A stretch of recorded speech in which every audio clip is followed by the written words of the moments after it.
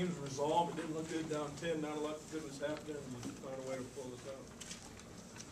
Well, you know, I think, Rick, the thing that really impressed me tonight about this team, and I think what ends up happening is we tend to, in a game like this, focus on that point to the end, down 10, and okay, then what happens? It's a 40-minute game. Okay, the way we defended in the first 10 minutes is the best we've defended since I've been here. All right, so we get up 15-3.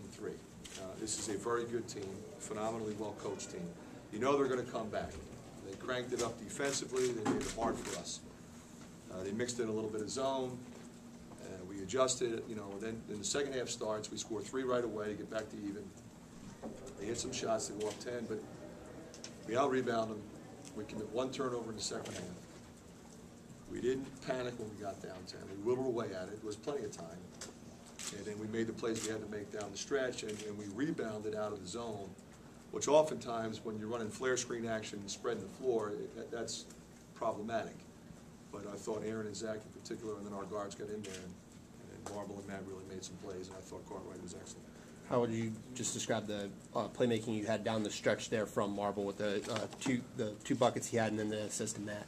Well, you know, it's interesting. They were switching, so we ran one action to try to create the switch, and then Marble just took it down and dunked it. They got a little separated, and then when we got the stop, you know, we're thinking, okay, are they going to foul? Are they going to let it play out? I think there was a 6 or 7 second differential. So they let it play out, and then, you know, Deb just went and made a play. At that point in time, you got to go make a play. They were scrambling. We're in the double bonus. You know, it's going to have to be a pretty good foul to get a call there, but you've got to put your head down and go. And, you know, what a great play he made. Great finish by Matt. And then defensively, we did what we had to do. Talk about the spark he got from Mel off the bench. Well, I thought he was terrific in both halves. You know, his energy level was really good. We needed an athlete in this game. This is a very athletic team. They're bigger than we are. We needed the length of Mel and his athletic power, and he gave it to us in a big way. Julian Welch seemed to just be a killer. Every time you guys would get close, up until the last couple of minutes, he'd hit a 3. You know, he's really a good player. I mean, he did the same thing up there. You know, we had a 7-point lead. He kept hitting shots.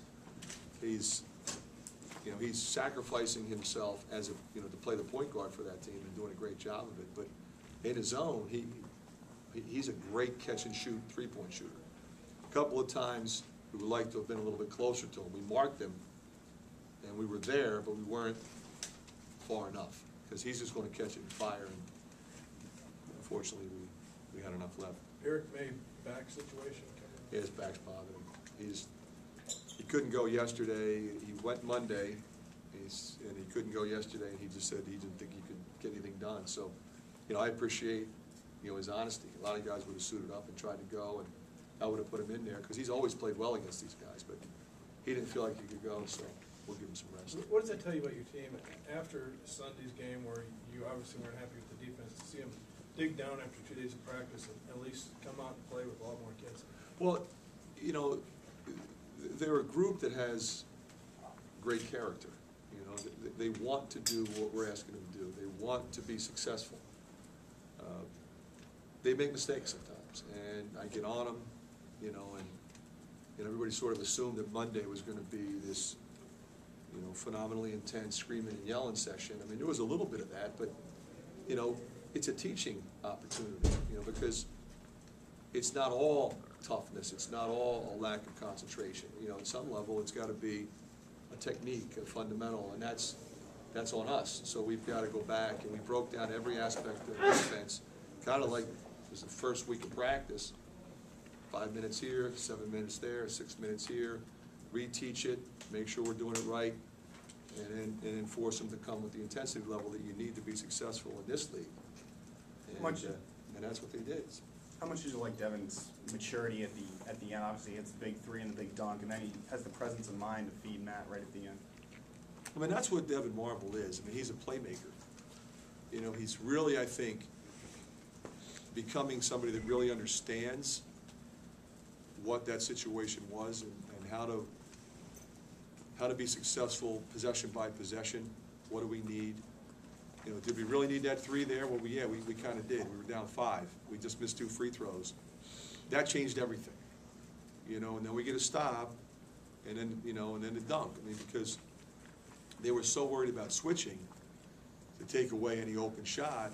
Switching is an opportunity to drive because the X is on the O.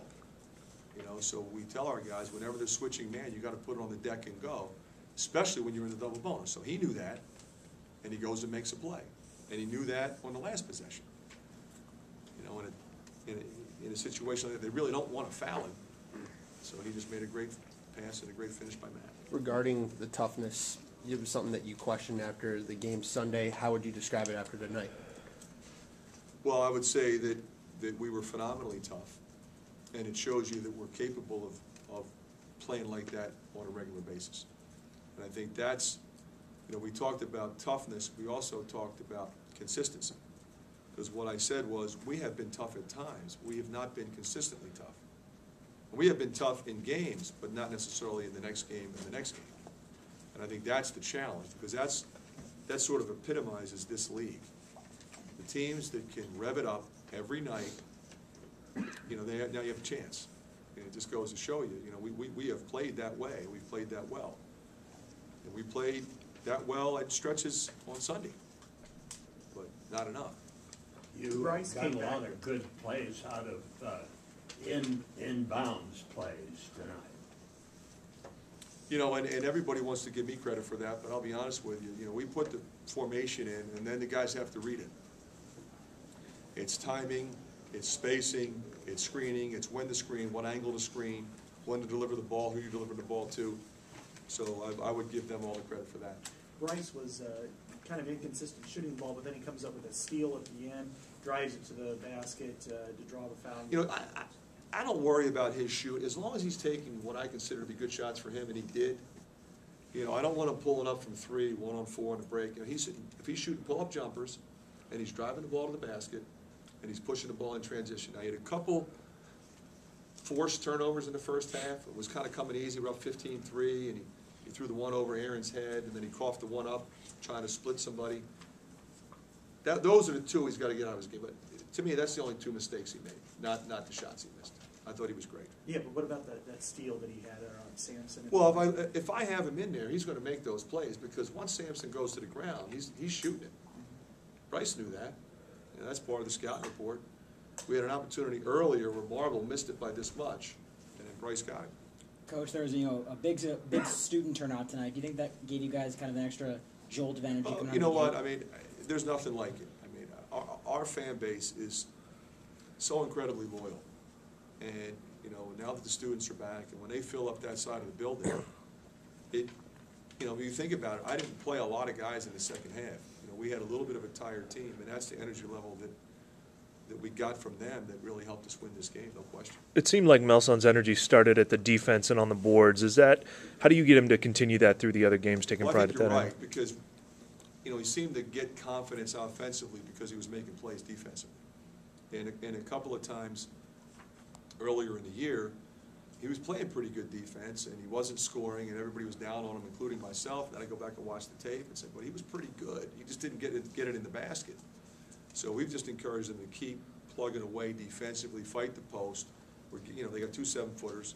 You got to fight the post, get those traffic rebounds. That'll get our break going. That'll get him going, and makes a big difference. So I think he's feeling really good about himself tonight. What kind of building block is this? Knowing not only did you come back from 10 down in the second half, but you beat a really good team 2 times this season and got its best shot. Well, it's a big step for us, you know, to beat a team of this caliber twice. You know, a team that's that athletic and has been playing that well. And so now, for us, the challenge continues. You know, where do we go from here? Okay. Thank you.